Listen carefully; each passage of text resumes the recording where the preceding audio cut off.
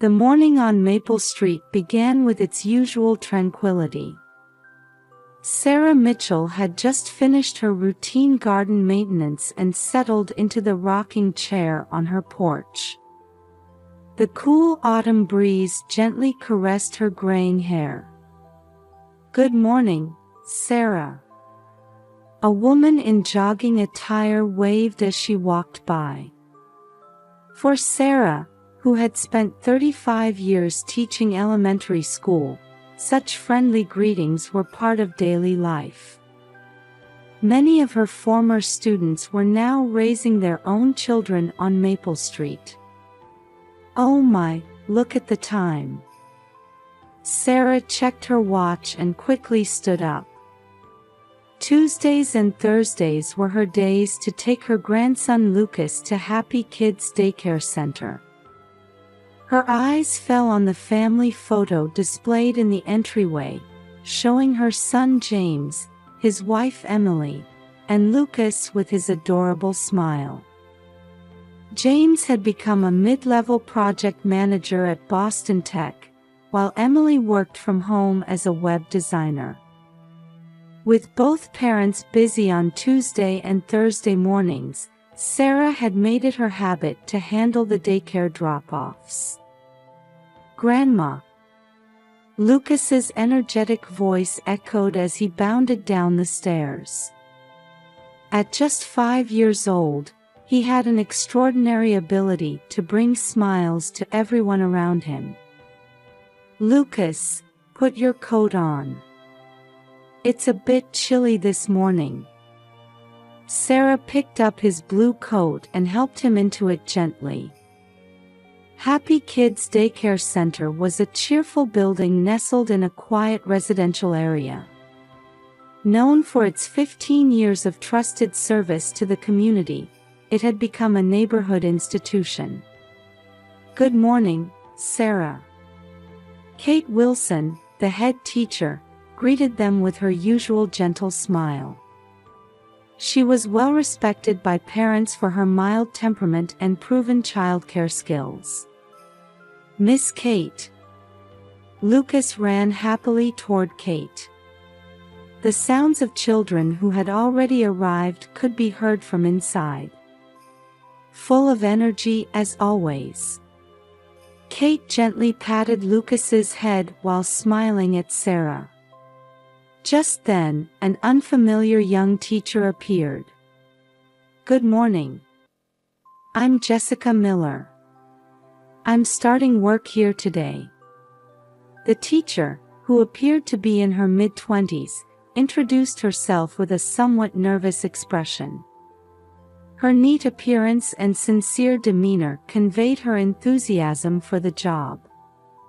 The new name tag around her neck gleamed under the fluorescent lights.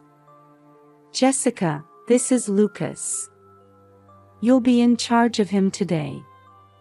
Head teacher Kate explained rather hastily before quickly heading to the office. There was something unsettled about her manner. Miss Kate. What about the children with allergies?" Jessica called out anxiously, but Kate's response was surprisingly brief. "The basic precautions are written on the whiteboard in the staff room. Handle things as they come up." Sarah felt a slight unease at this dismissive response.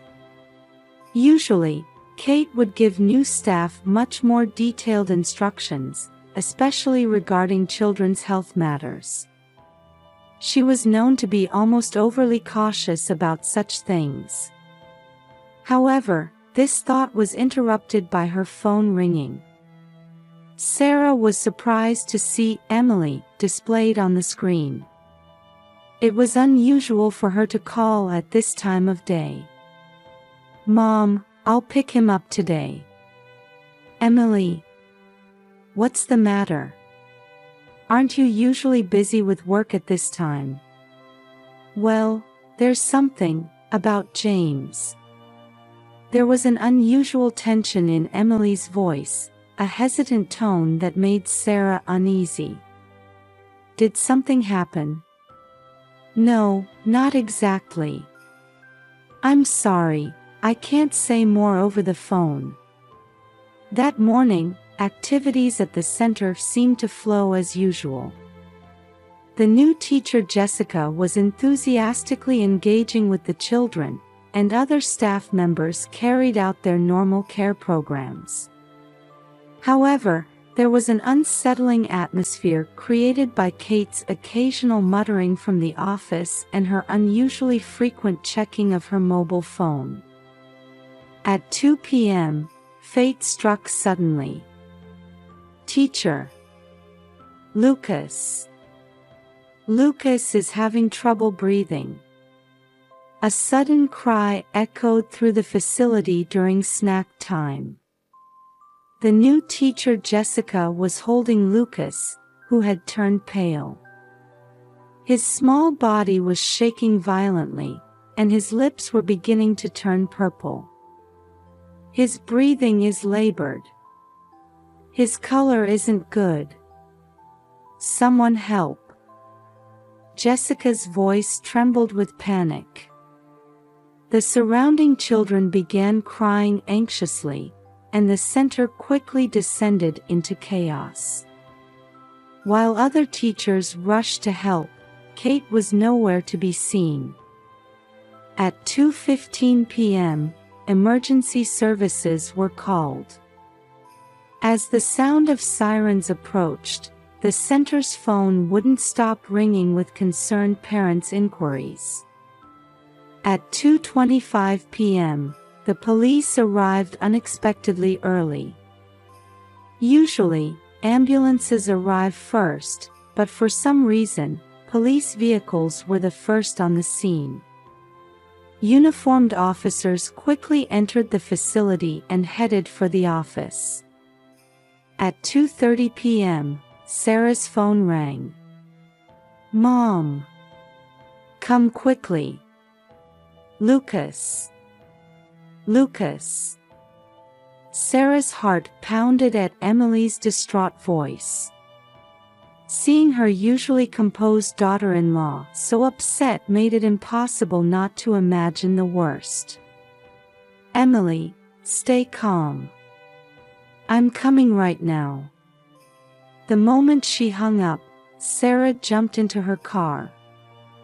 She made the usually 15-minute drive in a desperate 10 minutes, not even minding running red lights. When Sarah arrived at the facility, she was met with the unusual sight of 3 police cars lined up. Worried parents had begun gathering in the playground, and uniformed officers stood at the entrance, restricting access to authorized personnel only. Mrs. Mitchell. A stern-looking detective was waiting for her at the entrance. He appeared to be in his mid-50s, his deeply lined face bearing the tension of someone who must deliver serious news. There's some security camera footage we need you to see. His voice carried a mixture of sympathy and resolve. Led by the detective to a small surveillance room, Sarah entered a windowless space where multiple monitors cast a bluish light. A young female detective was checking timestamps while operating a keyboard. You need to see this. The footage displayed on the monitor would change Sarah's world forever. It can't be. Covering her mouth with trembling hands, Sarah was transfixed by the footage. It revealed an unbelievable reality, the image of her son James, the head teacher Kate, and undeniable evidence of a relationship that should never have existed. From outside, the sound of approaching ambulance sirens could be heard. This is footage from 9:15 a.m. this morning. The detective pointed to a monitor showing Kate at a computer in the office, operating it in a clearly agitated manner, quite different from normal business operations. Her occasional glances around, checking if anyone was watching, highlighted the abnormality of her actions. This is the screen she was accessing. Another monitor displayed the center's child management system. Lucas Mitchell's personal file was open, and allergy information items were being systematically deleted. The red warning text reading, "Peanut allergy, severe," disappeared with the cursor's movement. And this is footage from last Tuesday evening at 6:30 p.m. Sarah's eyes fell upon two figures meeting secretly at the facility's back entrance. In the dim twilight, there was no mistaking who they were: Kate Wilson and her son James. The sight of them speaking intimately made Sarah's chest tighten. We also have footage from yesterday. The next images showed the two arguing intensely. Though there was no sound, Kate could be seen crying and pleading while James shook his head in distress. "Mrs. Mitchell, I apologize, but there's more evidence we need to show you." The young detective handed over a tablet showing screenshots of message app conversations. "This can't be the end. What we had was special. Should I tell Emily, or will you? Please, reconsider." 6 months of inappropriate messages. And the final message from 3 days ago. "Stop contacting me. This was all a mistake." Sarah's knees gave out. The young detective rushed to support her as she collapsed into a chair. "My son, how could my son?" Her hands wouldn't stop shaking. Waves of intense anger and deep sorrow washed over her. "Currently, suspect Kate Wilson is voluntarily cooperating with our investigation." The veteran detective's voice seemed to come from far away. "What about Lucas? My grandson?"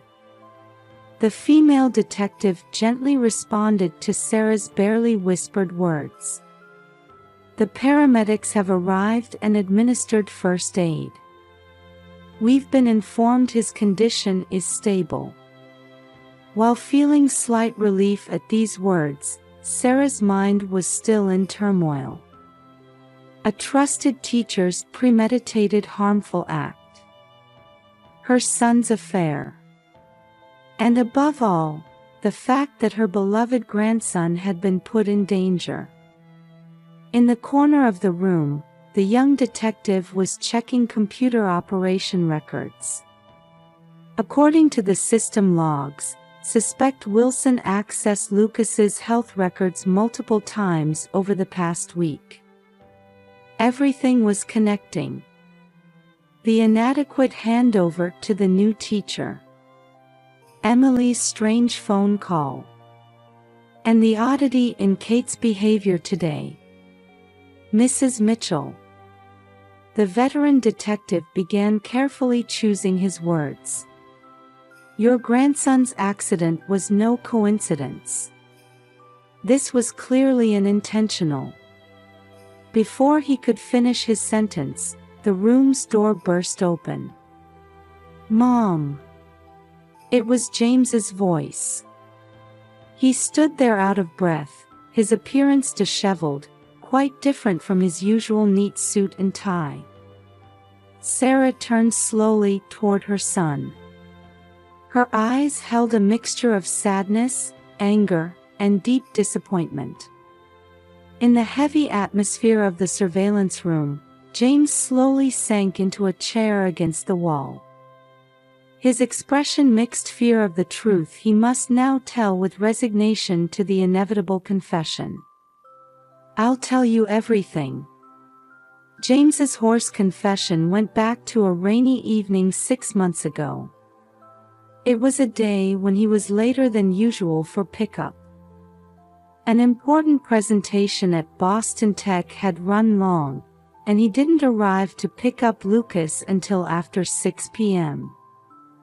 The facility was already quiet, with head teacher Kate the only staff member remaining.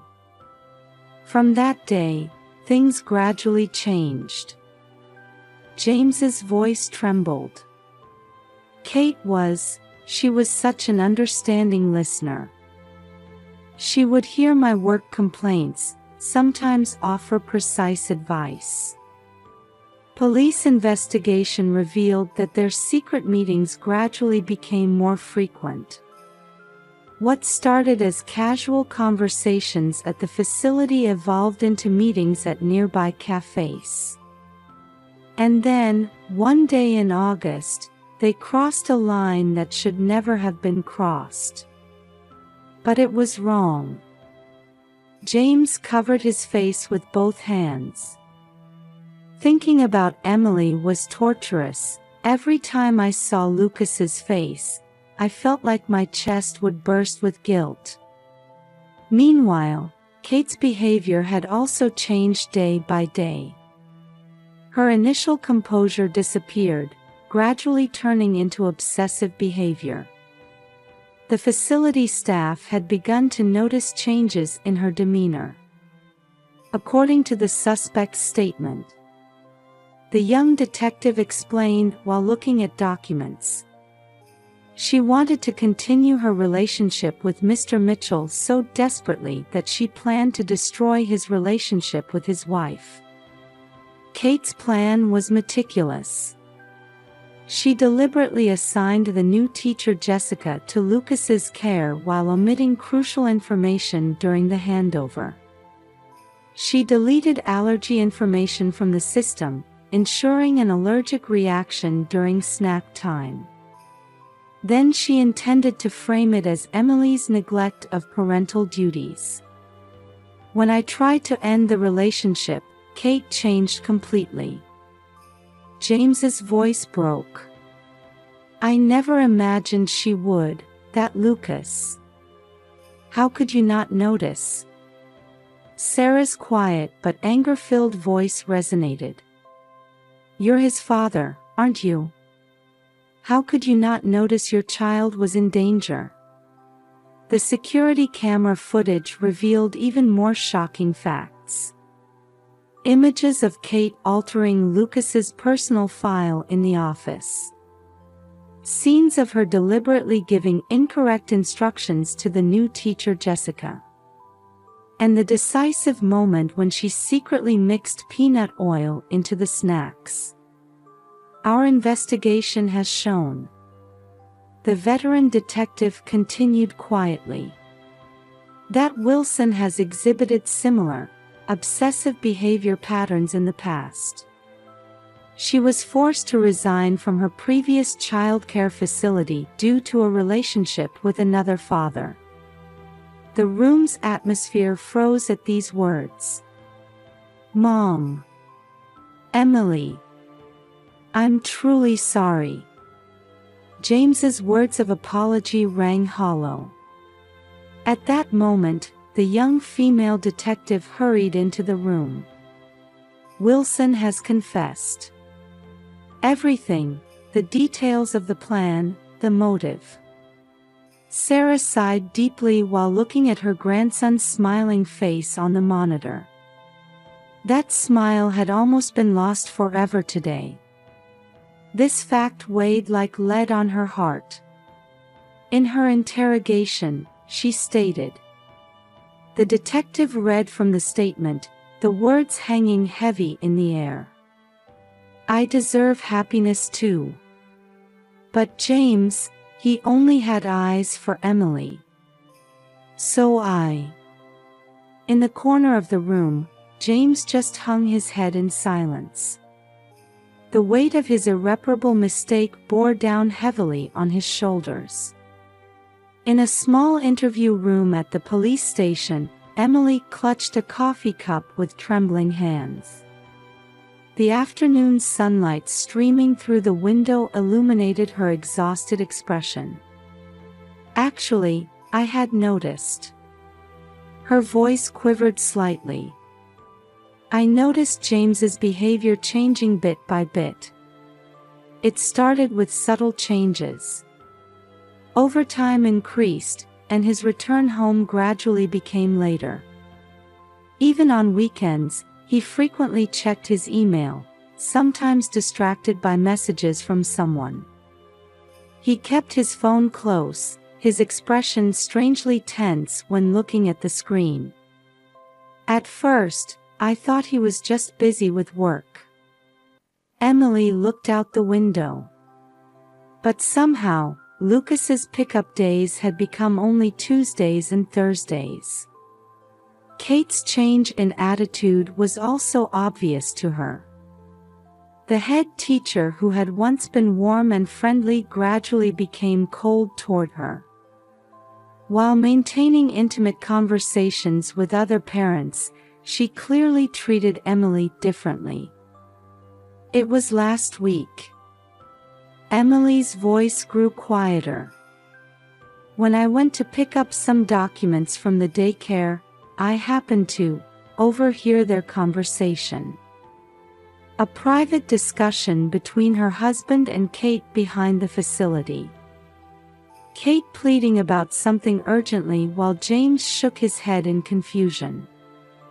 That scene left a deep wound in Emily's heart. "That's why I called you this morning, Mom." Wiping away tears, Emily continued. "I wanted to talk about it, but I never imagined things would turn out like this." Meanwhile, shocking testimonies from the facility staff continued to emerge. Kate had been acting strange lately. The new teacher Jessica testified to the police. Even this morning, the handover was very careless. Usually, she's especially thorough about explaining allergies, but today of all days. Other caregivers also provided testimonies supporting Kate's changes. It seemed like her personality changed about 6 months ago. She suddenly started saying she'd work overtime whenever Mr. Mitchell came for pickup. Her way with the children changed too, becoming oddly overprotective, especially with Lucas. At Boston Children's Hospital's intensive care unit, various medical devices were attached to Lucas's small body. The regular beeping of the heart rate monitor quietly echoed through the room. "He's doing fine. We've passed the worst." Dr. Thompson's words made the entire family sigh with relief. The allergic reaction was severe, but early detection and prompt treatment were effective. Sitting in a chair by the window, Sarah reflected on the past 24 hours while watching her sleeping grandson. Kate's arrest, James's confession, Emily's tears, and above all, the terror of Lucas's life being in danger. "We've heard from the lawyer." The young detective quietly entered the room. "Wilson has admitted to all charges. Attempted murder, personal information tampering, professional negligence." Among the serious charges, Kate admitted to everything straightforwardly. A psychiatric evaluation was scheduled, which could affect her sentence. The facility also contacted us. Emily began while looking at her phone screen. "They've decided to close temporarily. They say they're going to completely review their operating system." Happy Kids Daycare Center was facing a major turning point because of this incident. An emergency explanation meeting was held for parents, and preventive measures were proposed. These included stricter staff hiring standards, implementation of a double-check system for health management, and above all, strengthening communication among staff members. Through the hospital room window, the twilight sky was visible. Sarah stood up and faced her son. James. Her voice now held neither anger nor sadness. What are you going to do? James, who had been staring at the floor, slowly raised his head. I want to repair everything.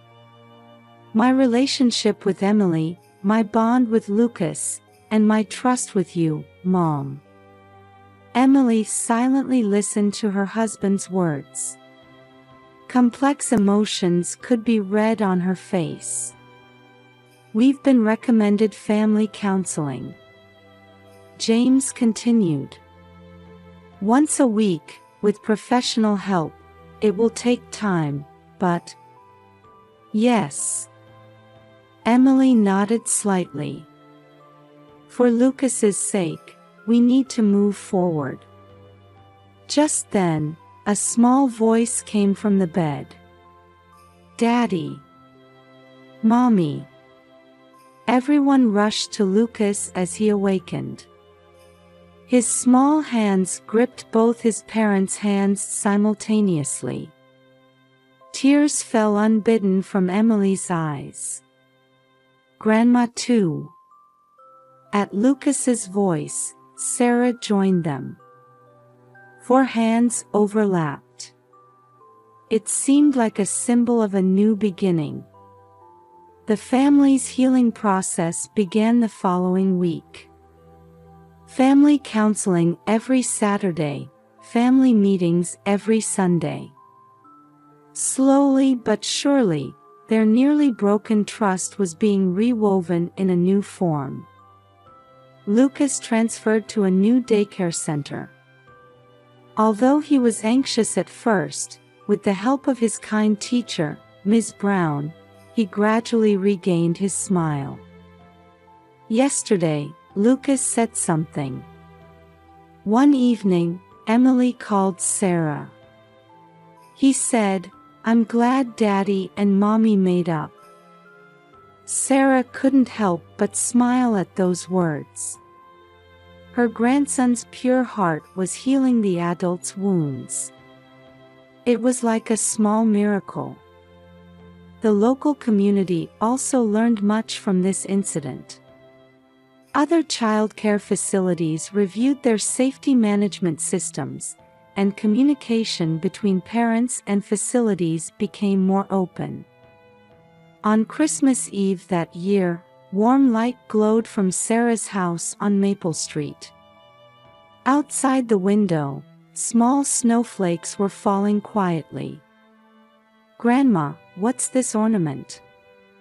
In front of the Christmas tree, Lucas held up an old angel decoration. Oh, that. Sarah crouched next to her grandson. Your daddy made that when he was 5 years old. Just the same age you are now. From the living room came Emily's gentle laughter.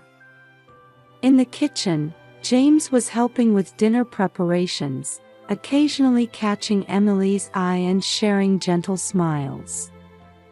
It was a peaceful scene that would have been unimaginable 3 months ago. Hey, Grandma. Lucas suddenly looked up at Sarah with a serious face. Will Daddy and Mommy not fight anymore?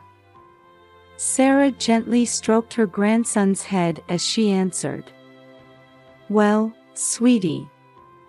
They both think of you first, above everything else. So yes, they'll be all right. The weekly family counseling sessions continue. Regaining damaged trust isn't easy, but Sarah finds hope in seeing the 3 of them facing it together sincerely. At his new daycare center, Lucas has completely regained his cheerfulness. Reports from Ms. Brown that he's the class favorite and especially loves drawing time bring smiles to the family's faces. Everyone, dinner's ready. At Emily's call, the family gathered at the table. Traditional Christmas dinner was laid out. The aromatic smell of roasted turkey filled the room.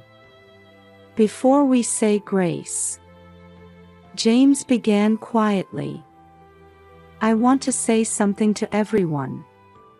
All eyes turned to him. Thank you all for these past 3 months. Emily, Mom, and Lucas. His voice carried deep remorse and new determination. I know there will still be challenges ahead, but I will never again betray my precious family. Emily silently took her husband's hand. The gesture suggested the budding of forgiveness and trust. Yes. Let's eat.